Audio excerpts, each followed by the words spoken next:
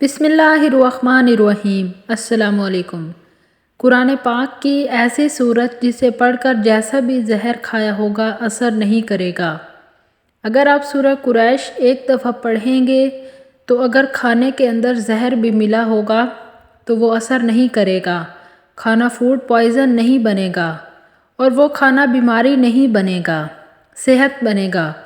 وہ کھانا اسے گناہوں کی طرف مائل نہیں کرے گا، نیکی کا ذریعہ بنے گا۔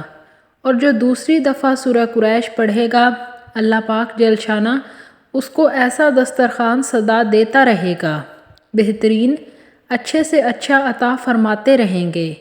ظاہر ہے روزی سکھی ہوگی تو دسترخوان اچھا ہوگا۔